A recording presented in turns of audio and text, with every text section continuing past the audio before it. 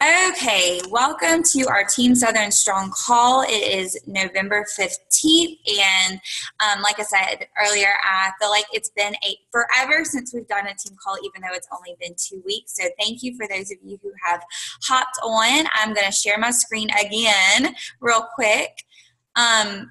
We have been, I don't know, I shared a few of the calls from leadership that have been shared with us, and I have been talking to some of the leaders on Team Shine United and just sharing ideas around, and it really seems like our company as a whole, as Beachbody coaches, are taking a shift from where our businesses grow by growing our teams, as opposed to having our businesses grow based off of the customer service that we give and the results that we help our challengers get.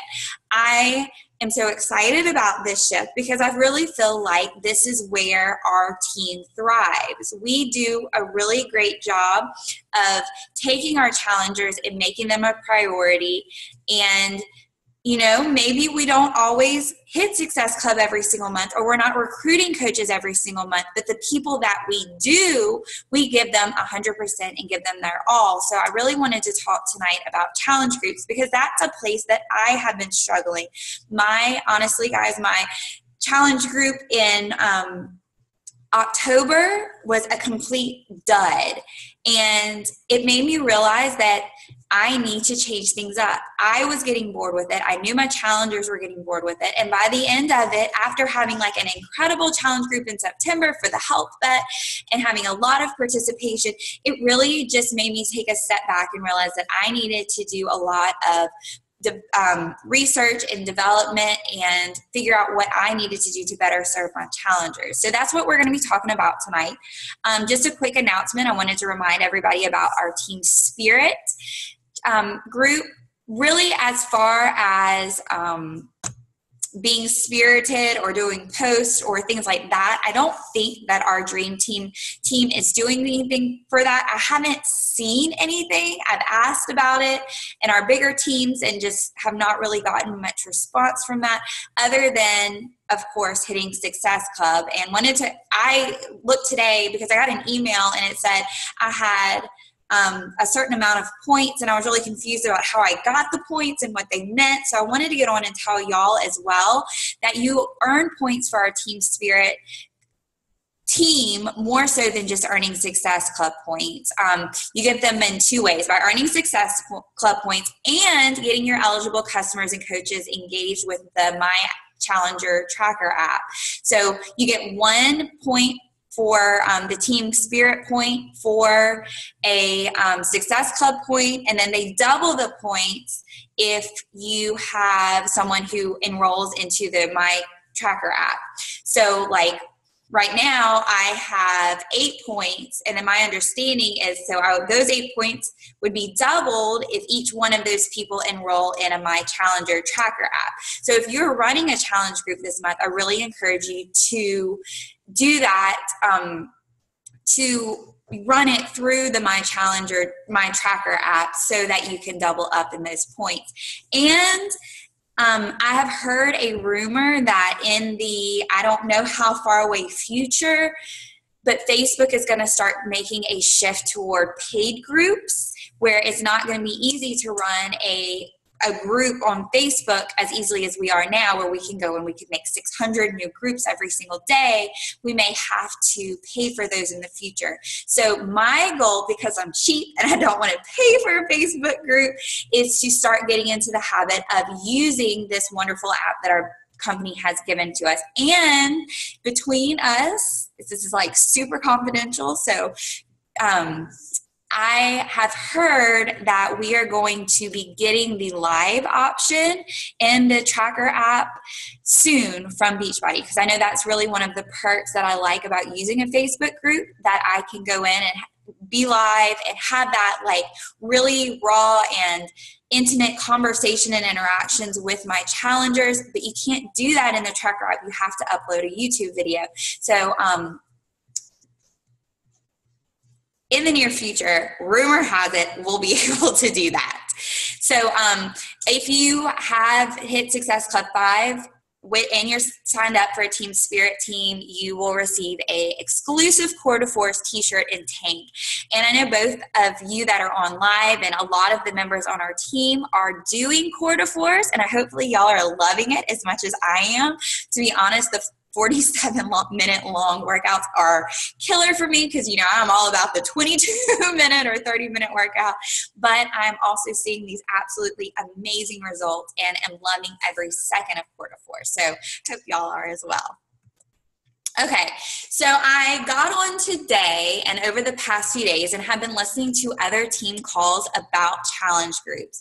And one that really stuck out to me today was Allie Van Arsdale's team. Her team is called Classically Fit, and they did a group about challenge groups. And one of her coaches, Lindsay Maloney, got on and talked about some of how they've been able to make challenge groups successful for them. Because remember, guys, like I just said, this is an area that I have struggled with in the past, you know, and I just feel like challenge groups are hit or miss. It really depends on the dynamic of the challengers that you have. They're either going to be super duper successful or there's crickets, and it's okay to have the crickets. But I know for me, the groups where I have a lot of participation, that's where I'm able to keep the retention of the challengers. They're going to come back for another challenge group.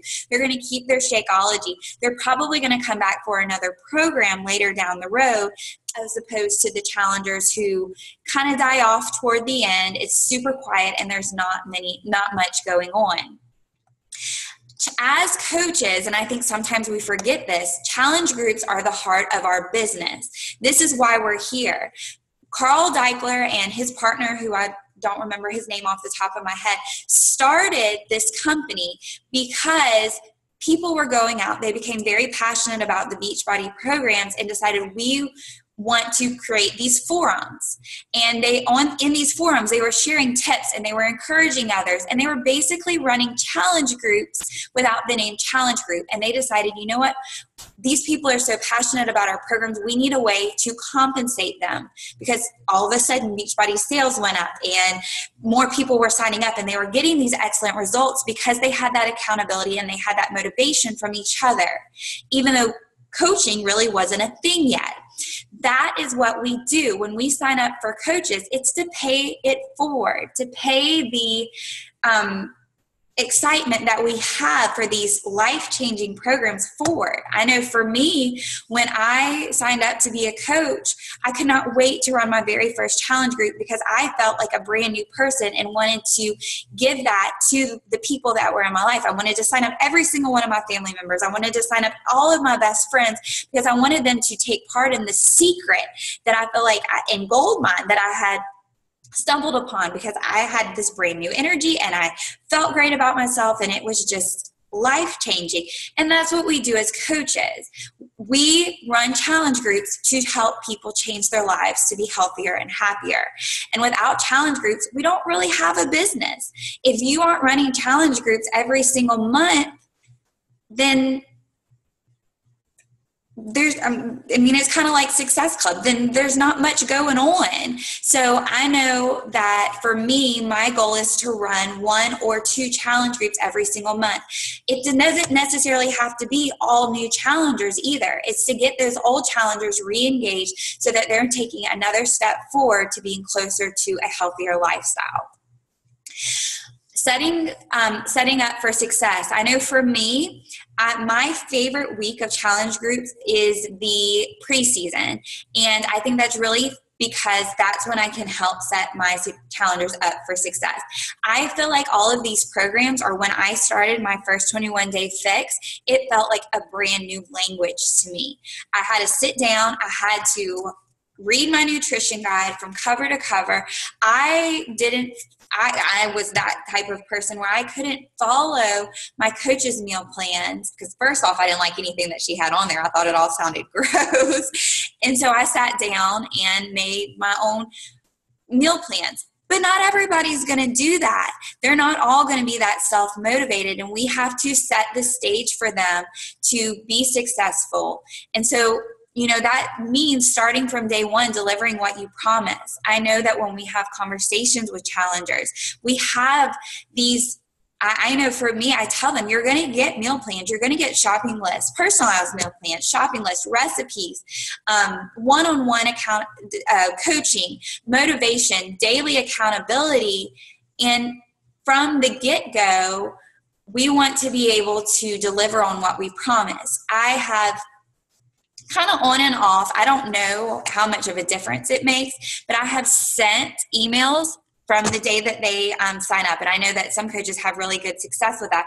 So as soon as they sign up for a challenge group, you send that email to them and they have that first step. They have that thing. Because I know, say somebody signs up for a challenge or signs up for a challenge pack on the 1st, but the challenge group for the month doesn't start on the 20th. There's a big gap in there that they could lose that excitement and lose that momentum. So we need to have something to engage them.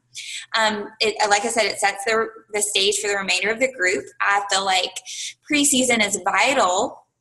And one thing that they mentioned on the call that I listened to was a meal planning day. And I thought that was a really great idea because, again, it seems like you're speaking a new language. What the heck is a red? What the heck is a blue? How do I make this all work? How do I make this work for my family? And I really liked that idea too, because I felt like it was a way that we could really set them up for success, not only for the 30 days of the challenge group, but beyond that. If they're starting to do their meal plans from week 1 and they're just using my meal plan as a guide, then that lets them have 3 weeks of practice where by the end of the challenge group, they're very independent. We've taught them how to fish as opposed to just giving them the fish. Some of the things that she mentioned and that I'm going to start sharing are the workout calendars. I know that I've had challengers in the past that even though it's in their box, I guess they just don't look at everything. I don't know. Different personality types. Maybe they're a different color than I am, but they completely look over the calendar. But if you post that in the challenge group, maybe they'll see it then, because all of these programs were designed by our celebrity trainers to follow a certain order, to help our bodies heal the right way and develop the right way and gain that muscle and lose the fat the right way. So to post those, I have recently started posting all of the nutrition guides and making it a daily assignment that they have to read the nutrition guide so that they don't get confused about their program. One thing that Lindsay mentioned that I need to do a better job of is sharing Shakeology recipes. I know that I go in and I share a few, but I found these calendars today, and you can find them on Pinterest or in Google, but they have a different recipe for every single day I think it's for 30 days, depending on what flavor they have. So I thought that was a really great idea as well. For time management, Lindsay said that she only checks in with her challenge groups once a day. And I thought that was pretty interesting because right now I feel like I check in maybe 3 times a day, where I go in the morning, I do our morning post, and then sometime in the afternoon, and then one time in the evening. But she said that she really focuses on quality over quantity and making sure that she's adding value. She'll do 1 check-in a day. She'll share a sweaty selfie, and then she'll share throughout the day a recipe and food picture or something with Shakeology. And I really liked that because I don't think about that. When I'm making my recipes and I'm cooking, my mind is as far as sharing on my Facebook page or to my audience or my whoever's following me on social media. I don't think about sharing it in my challenge groups as well. And I thought that was a really great idea. And she said, you know what? You're going to be cooking anyway. Share what you have. And what you're going to find is that when you're sharing your recipes, then the challengers are going to start sharing their recipes because it's just part of the culture of your challenge groups. And that way, everybody is leaving your challenge group at the end with not just the recipes that you provide for your meal plans or throughout the week, but recipes that they've shared with other people that are in the challenge groups as well. She said that she always goes in and tries to provide meaningful content daily. And one thing that I've gotten really bad about is she said, if you're doing it, it will make it easier for our challengers. I don't always, the confession, I don't always go in and share my workouts. I don't know why. I guess, don't think about it. Or sometimes I'm thinking, well, I'm the coach, I don't need to do this. But when I think back on it, the challenge groups that I do share my selfies and my team is sharing their selfies, or everybody that is involved in the challenge group is sharing that they're doing the workouts, they're following the nutrition plan. Those are the groups that my challengers get the best results. So maybe it's just me. I don't know. That's something that I need to do better about as well. They talked about a lot of the things I've listened to is talking about being real with your challengers.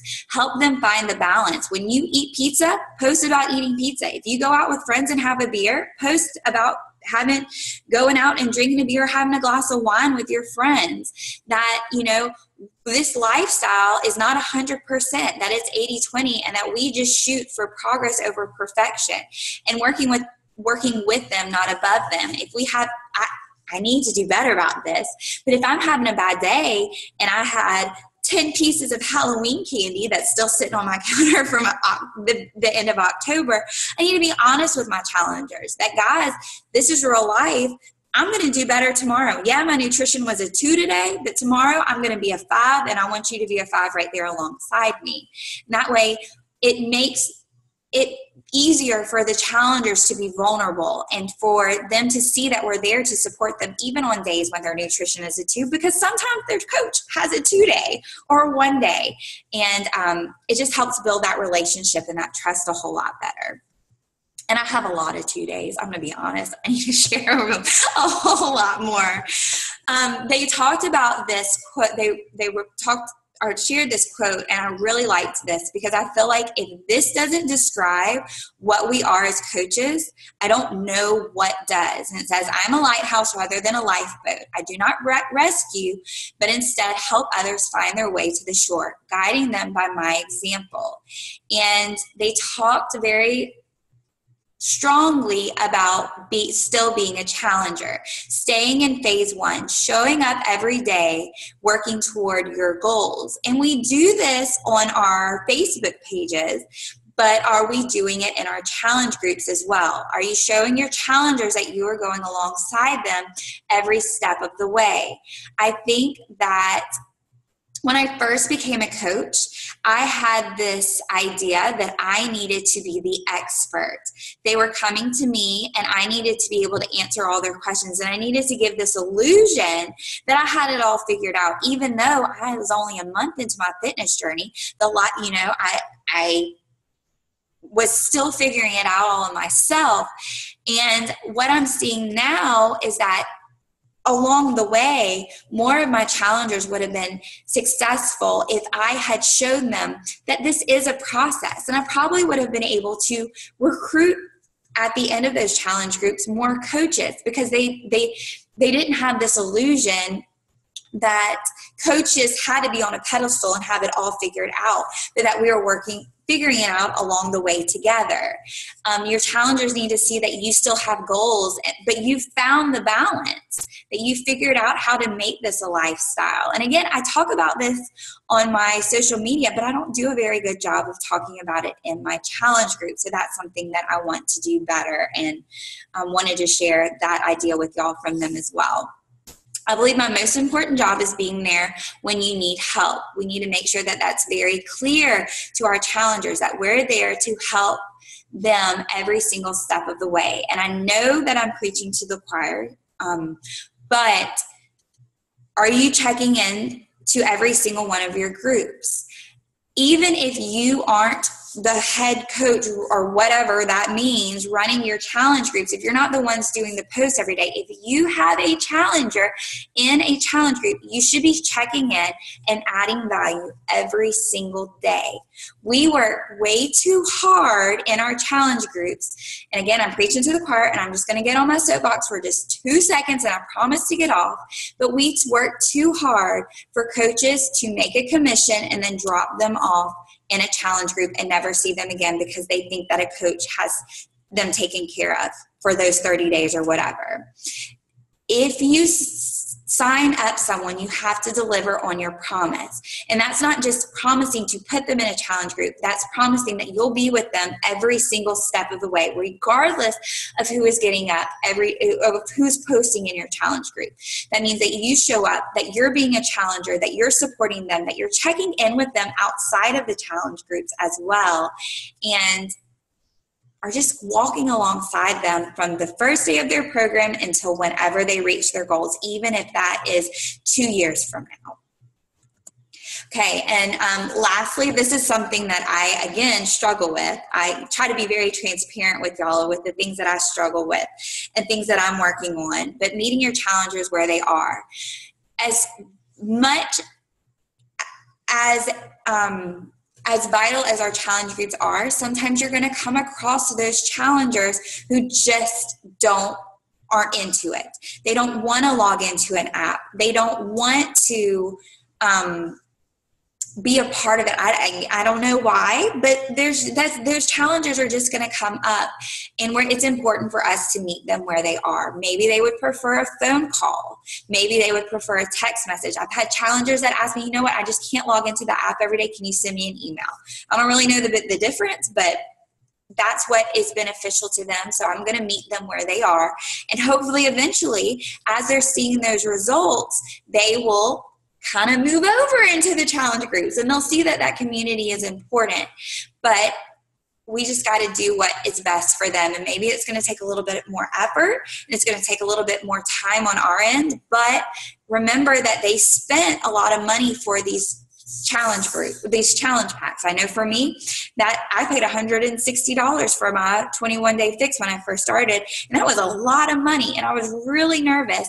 And thank goodness my coach was there to support me, because the last thing we want is for someone to make the investment and then at the end feel like that they wasted their money or they didn't get what they were promised. So one of the things they talked about at leadership is they said that if you, or statistically, there was some study that was done where coaches started calling challengers bi-weekly, calling them, not sending them a Facebook message, not sending them a text message, not just posting the group, but getting on the phone and having conversations with them bi-weekly. Those challengers not only got the best results, but they carried on with their program longer than past that initial challenge group, longer than the challengers that were just checked in over, with a message. I personally have not figured out my schedule where I am able to do that just yet, because I feel like conversations on the phone are going to take 10 minutes or longer. So I'm still trying to figure that out, but it's definitely something that I personally want to start working toward. I used to only check in with my challengers once a week. I'm starting to do that more regularly, every day, if not every other day, just a message like, hey, how are you doing? What workout did you do today? How did you feel about it? How's your nutrition? That kind of thing. So a lot of this call, I feel like I'm just kind of talking out loud to y'all, sharing with y'all my game plan to improve my challenge groups. I feel like we have the potential, because I love our team so much and I know what our heart is. I feel like we have the potential of being that team that runs those incredible challenge groups, because that's not the norm. I mean, I feel like a lot of coaches really just kind of get up, and not to knock anybody else down, and I have been guilty of this in the past as well, but they get up, they post, they copy from the script, they paste in the challenge group once a day. If they do it every day, they sometimes don't even show up every day, and then that's the end of it. But I feel like our team, if we can really put some heart into it and work together as a team and make these some really spectacular, outstanding, memorable, fantastic challenge groups, not only will our challengers get the best results, they'll stick around, they'll keep their Shakeology, they'll come back for other programs, and we'll get the referrals, because they're going to start telling people about how awesome our challenge groups are. And like I said at the beginning, that's our job, to run these challenge groups. So like I said, I feel like I'm just kind of talking out loud and making game plans with everybody. So I want to hear y'all's thoughts. Like, what do you think is working in our challenge groups? Where do you think that we can improve. I know that Mom has been in one of my challenge groups. Brittany, you've just joined the first one that we've done together, but you've been in challenge groups before. So if y'all want to unmute yourself, tell me your thoughts. Oh, not to put you on the spot. That's all right. It's all right. The first challenge group I was in was actually pretty good. But still, there was like 6 people participating, but only 3 of us actually doing anything. And then the next one I did, dud. Mm-hmm. I felt like I was the only person, even besides my coach. Like, I felt like I was the only one logging. Like, she wasn't even there as much as I was. Mm-hmm. And I had one challenger in there, and I was really proud of her. She didn't do as good as I would have hoped, but it's better than anything she's ever done. So it's a big deal for her. And she has a lot of autoimmune disorders. So it's painful for her to do this stuff, but she's starting to feel better. Mm-hmm. We just finished the challenge group, and she's seeing some results. Nice. So she's going to join the next one too. So we'll see how that one goes. But awesome. I'm going to run my own, and hopefully people jump in. That's awesome. That sounds like I know it's hard when you're in a group but with people, and that's kind of why I got on my soapbox for a little bit. When you're running challenge groups with another coach, mm-hmm. and they're not showing up every day, and that's hard. That's kind of a thing that I want to stop with our group, our team. I don't, so I'm glad that you're running another challenge group. If you need any help with that one, let me know, and we can get you going, because I know it's intimidating to do your first one by yourself. So let me know. Yeah. Okay. I think you had some valid points tonight. Before I got on the call, and I think I mentioned to you before, a lot of the people that are in my sphere of influence aren't on Facebook. And I told Ken before going on, I said, I'm really going to have to look at a different business model from just Facebook. So there were a lot of points you said tonight that I thought were very valid, Alden. I like the app. I like going in and putting that I've had my Shakeology. I like putting that I've done my workout. I don't always respond to the post, but I like those things. I like that part of it keeps me accountable. I like what you said tonight about the emails. I think my sphere of influence, emails, I think I'll get a better response. I like making the 10-minute phone call. Again, just because I have so many friends that are not on Facebook, I think those type of things may be more effective in me acquiring challengers. And I may have to do maybe I do the challenge group just on the app, or find a different way to communicate with them. So thank you for your recommendations tonight, because like I said, Ken and I had that conversation earlier. I've got to do something different for my friends that aren't on Facebook. That's one thing that I really think is beneficial to the app or the tracker app. It doesn't matter if they have Facebook or not, or if they have Instagram or not, or if they have whatever social media that we're using at the time. They don't even have to be on social media, and they can take advantage of a challenge group. So I was really excited when they came up with that. Felt like that was really beneficial, because it opens up a whole new market, and it lets them have the quality and the camaraderie and the teamness of a challenge group. So I think that's good. Not being negative, but let me ask you a question. One of the ladies that I go to church with, she has done one of the programs before. She did a challenge group, and because she's a young mom, life is busy, she said, that was just one more thing I had to do each day, was check in. Any suggestions to get around that? I mean, she wants to do the program, she wants to be accountable, but it's that one more thing on the to-do list. Not to be negative, but part of me also feels like that's kind of a cop-out, because I know for me, because, and Brittany may disagree with me, but as a mom, like, I felt like for me, my very first challenge group, I was excited. Like, I I got up and I wanted to get my workout done before that first post. It was kind of like a challenge for me. And I couldn't wait to see what that post was going to be for the day, because it only took me 2 minutes to read. And when I was my first challenge group, I didn't have to check in. This is, that's something that wasn't required at the time, but I also feel like it only takes a minute, Well, and you're right. And maybe it just warrants another conversation, because I think a lot of times all of us as moms, we tend to put ourselves last. So maybe if I just reiterate making, this is about her, let's see what we can do, Kim, to make this about you. And even if it's, if I need to check on her every day or whatever, to make sure she's making herself a priority for a few minutes a day anyway. Yeah, because I've never been in a challenge group, and I try not to be in a challenge or to require my challengers anything that would take longer than really reading it. Get on. Yes, I've done my workout. Yes, I've drank my shake. You don't even have to make it public. Just click, and. Well, my two challengers that I have, neither one of them are on Facebook. One has an Instagram, but the other has no social media at all. She still has a smartphone. She's still Googling. She still looks on Pinterest. She still does all those things that people without social media do. So she's spending those 2 seconds where she would be on Google logging her shake and her workout. So not to be negative, but I feel like that's a cop-out also, because you're on your phone at some point. Take those 2 seconds and put them towards something positive.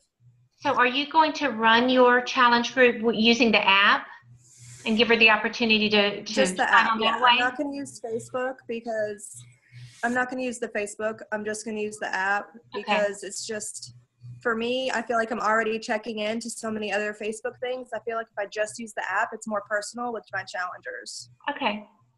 And it's easier for them when they're not on social media. Well, exactly. If she's already using her phone for Google and things, that would be convenient for her. Yeah. Okay.